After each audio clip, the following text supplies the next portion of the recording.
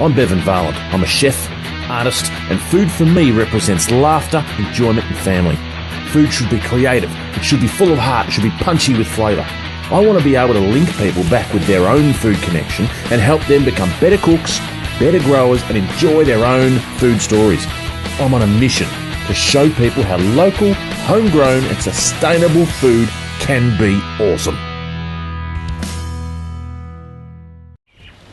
G'day guys, welcome to Food to Eat. I'm Bev Vahland. You know what, I've been really lucky in my life to be involved with food. Food is actually a really big driving force in everything I do, both in life, personally, and life and professionally. So I want to show you guys the secret to all types of food, and it's right in this little packet here. It is seeds. Because you know what, without the seeds of these amazing plants, we can't do what we do in life. We can't sustain life, and we can't cook professionally. This is actually the key of everything, and it's that simple. Some good dirt, some lovely onion seeds. I'm going to put this lot in this channel here, and literally, guys, this is as simple as food gets. This is food at its very core. Let's fill it in. You just want to tuck it in like that. Put it in a nice comfy pillow. Look at that, pat it down, pat it down, pat it down, pat it down. Pat it down, pat it down, pat it down, pat it down. We're going to let that sit. We're going to have the rain on it. We've got this amazing fertile soil. It's full of compost, it's full of fibre, it's got worms in it.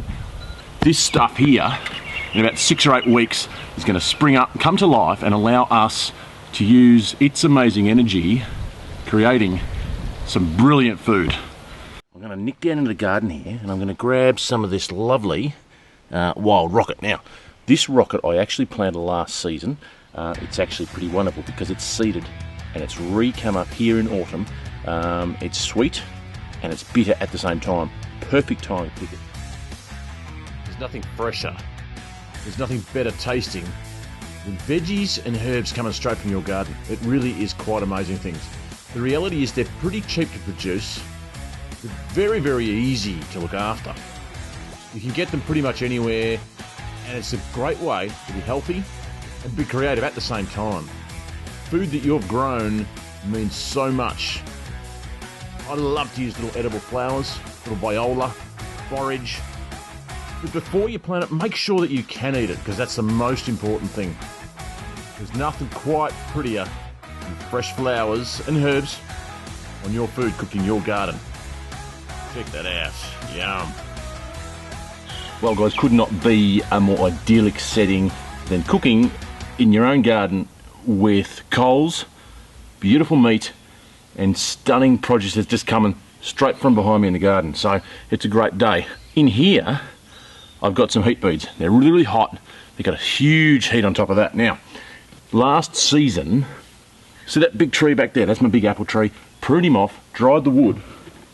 In here I've kept some apple wood and it's moist. I'm going to put that on there because what I want to do is I want to create a smoke with that wood that's going to flavour our meat as we grill it. Okay, on she goes, a little bit here and there. Oh, that's hot, wow. I'm going to get my trusty grill straight on top like that.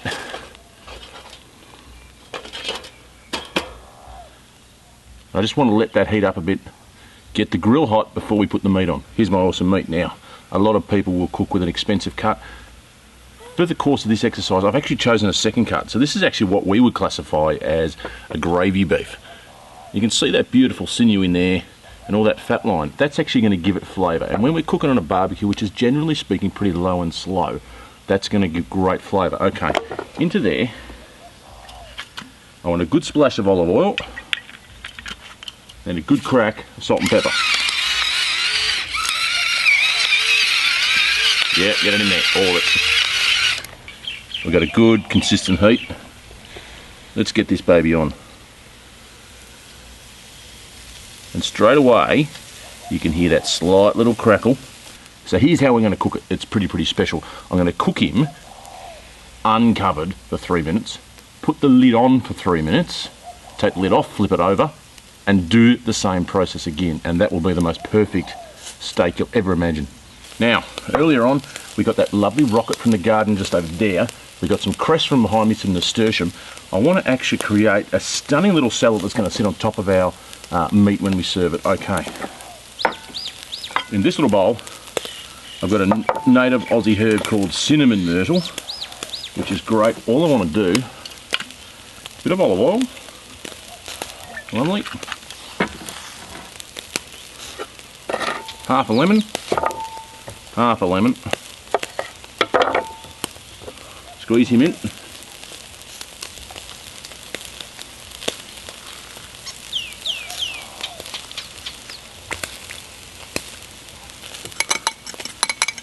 just want to bring it all together.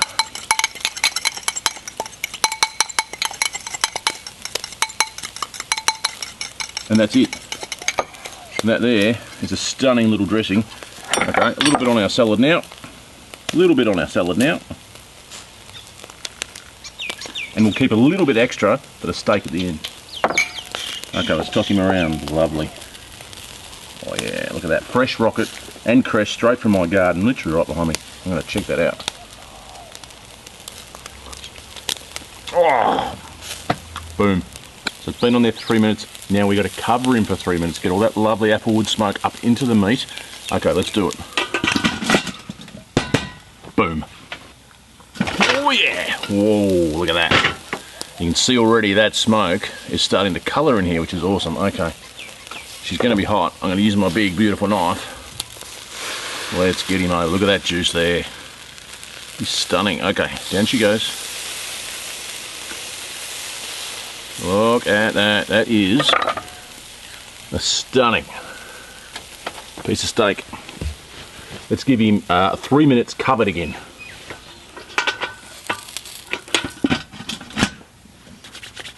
Time for the reveal. Our last 3 minutes underneath our little lid with all that smoke doing its awesomeness. Here we go. Oh, yes. Look at that. You can already feel all that juice, natural juice is starting to come up here. We want to give it the last 3 minutes of its cooking before we take it off and let it rest. Put it down there. Oh yeah. Look at that. Now what we really have to do now is we need to let it rest for a good 10 minutes. Similar time to how long it was cooking. That's going to enable all those juices to settle down. Gives us a bit of a time to have a wander around the garden too. Now at this particular time, there's something I really love to do with my steak, and it's actually a thing that we like to call rehydration. Now a lot of that natural juice and oil is going to come out in its cooking, so a little dollop of butter, and I want to rub that all over the top, and that's going to give it a nice bit of juiciness back to it. Look at that. It rehydrates that meat, it makes it look fantastic, and also when you go to cut it later and eat it, it is just magnificent. Now meat's been sitting for 10 minutes. I'm going to flip it around like this. I want to show you this as I cut it. Oh yeah, look at that. It's stunning. Nice little bit of pinkness in there. You've got a nice smoke ring, and it's really, really, really juicy. Now this is my favourite bit, so I'm going to eat that, alright? I'm going to cut a little bit. Oh, that is unbelievable. Flavour from that applewood has come through. Salt and pepper. The butter just accentuates it. Let's get to this to the side, and let's dress it now. Get it on the plate, because I'm hungry. Let's get a plate now. I've got a really top-notch tomato relish here. Really, really top-notch, and you want it to be top-notch with a beautiful piece of steak like this. Let's put 2 bits like that, and 2 bits like that. Yeah, awesome. Let's give it a bit of a smear. Whoopah, whoopah, yeah. Oh, awesome. Okay, let's get a big piece of steak. Let's put him here. Let's get our little bit just on the side like that, so we know how to cut him and how he looks. Awesome. Our little rocket and cress salad that we picked from the garden just before. Okay, here we go. Let's get him across here. Oh yeah, a nice salad. Look at that. Just on top, because we don't want to just be eating meat, we want a bit of health as well. Alright, there we go. Nice, freshly picked. Let's get that cress in there. Good colour. Lovely. A little bit of dressing that we kept earlier. Let's get that on. That's going to help hydrate that meat too. It's going to make it look even a bit awesomer. Is awesomer a word? I think it is now. Got some beautiful fuchsia, which is an edible flower. Let's put him here. Let's put him over here. Let's put that fuchsia there. I've got a couple little violas. On we go.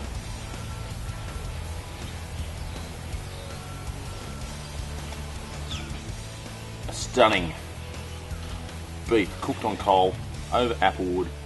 A stunning rocket salad straight from the garden. A bit of tomato ketchup. Whoa, boom, get that in here.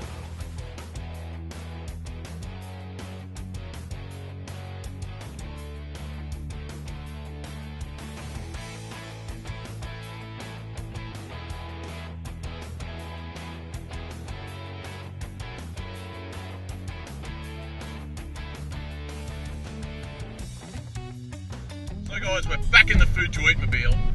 I'm taking you out bush. Now, I grew up in the bush, it's an amazing place. I'm going to go for a little bit of forage. I want to see what we can find, but I want to take you to an amazing place, not too far from where I live, that is the most amazing, beautiful environment. You know, the Aussie bush really is quite a spectacular place. There's something about it. There's something about the smell. There's something about the colour. There's something about the energy which is like nowhere else on the planet.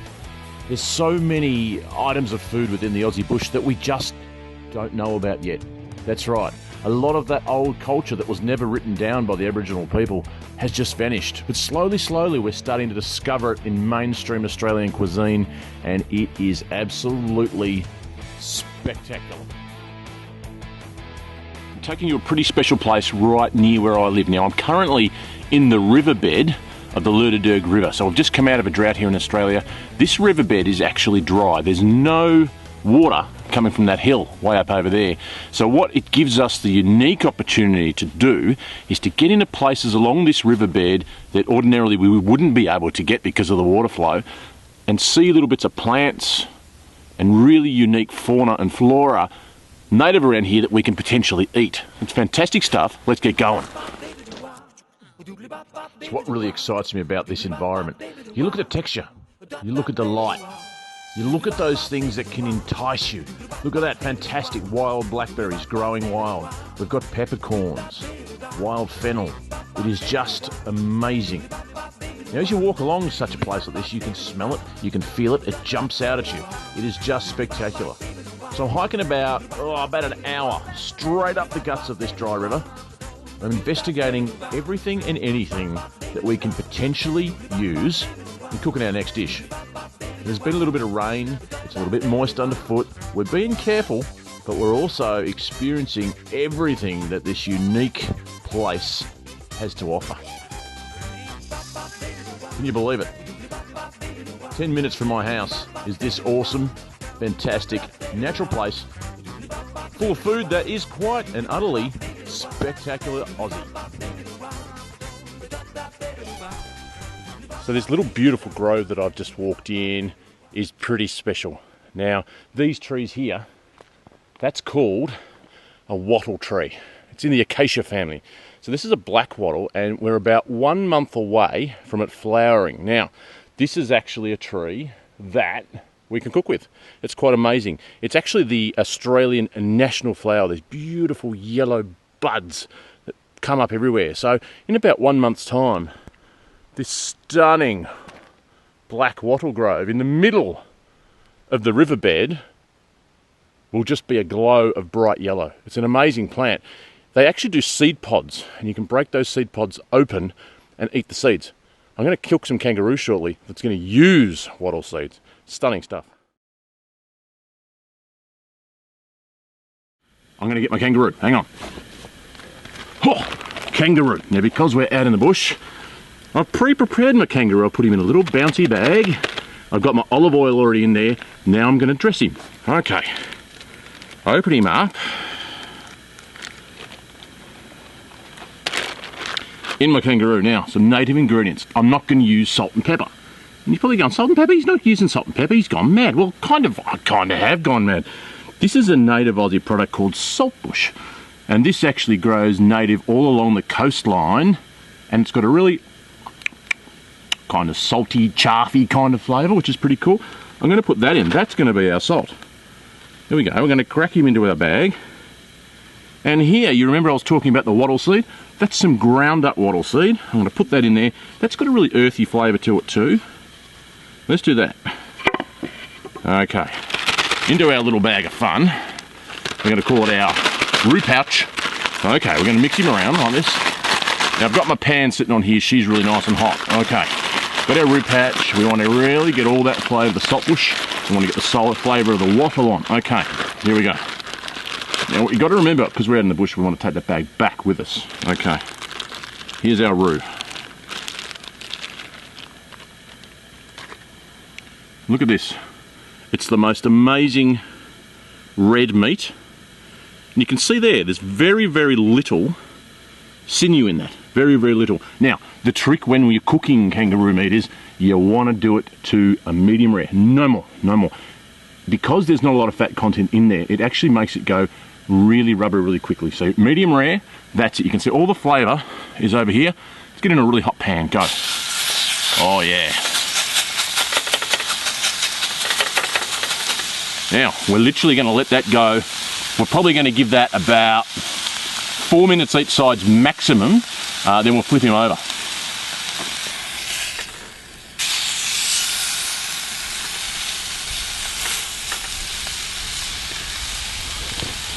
Beautiful roux. We're going to give him another 4 minutes on that side and she'll be raring to go.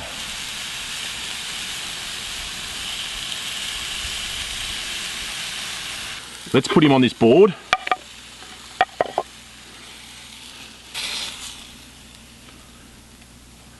We're going to sit him there and we'll let him rest for a good 5 to 6 minutes, just so all those juices settle down a bit, so the flavour gets good and we can dress our plate. Our roux's been sitting for a good 5 or 6 minutes. She's nice and relaxed, the meat's going, woo, I'm ready to be eaten. Fantastic, that's exactly what we want. We want to get our fantastic knife. We want to cut that and then let it rest, because some juice naturally is going to come out of this roux, but that's all good. So, all right, we want to go at some nice angles.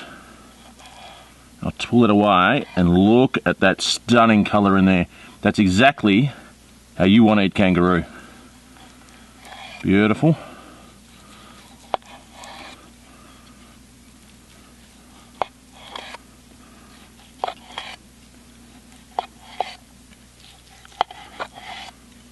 That is magical. I'm going to try it. It's stunning, beautiful piece of roux. Oh, it's great. I mean, the wattle seed has this really kind of nuttiness to it. It's a real natural nuttiness. The roux has got a slight gamey. It's kind of a little bit reminiscent of venison, something like that, but nowhere near as strong. It's soft, and if you cook it exactly like this beautiful pinkness, it is just beautiful. It's juicy and it's really flavoursome. Do yourself a favour, you've got to have some kangaroo. Let's dress this plate. All right, we're time to dress. I've got this beautiful slate. I actually found this in the riverbed. And it's a beautiful natural slate that comes from this beautiful Luterdurg River, which we're going to wash and we're going to put back into place once we've finished cooking on it. Okay, let's dress this plate. Let's make it look really sexy. Let's make it look really colourful, and let's make it go boom. That's exactly what we want. Let's get some roux. Let's place that roux in the centre like this. We really want a stunning restaurant quality dish out in the bush. That's what we're after. Let's put a little bit of roux here. Let's put a little bit of roux here. A little bit of our wattle seed again. Bring back that flavour of that bush back to it. Back on top of the roux, just a little bit on top. A little bit on top down there. That's lovely. And here's a little bit of saltbush. We're going to bring that flavour back, and it's bright green, so you can imagine this line of bright green that flicks along here.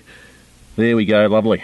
So not only has that got that saltiness, and that brings it to the roux, it actually creates a beautiful garnish along our line as well.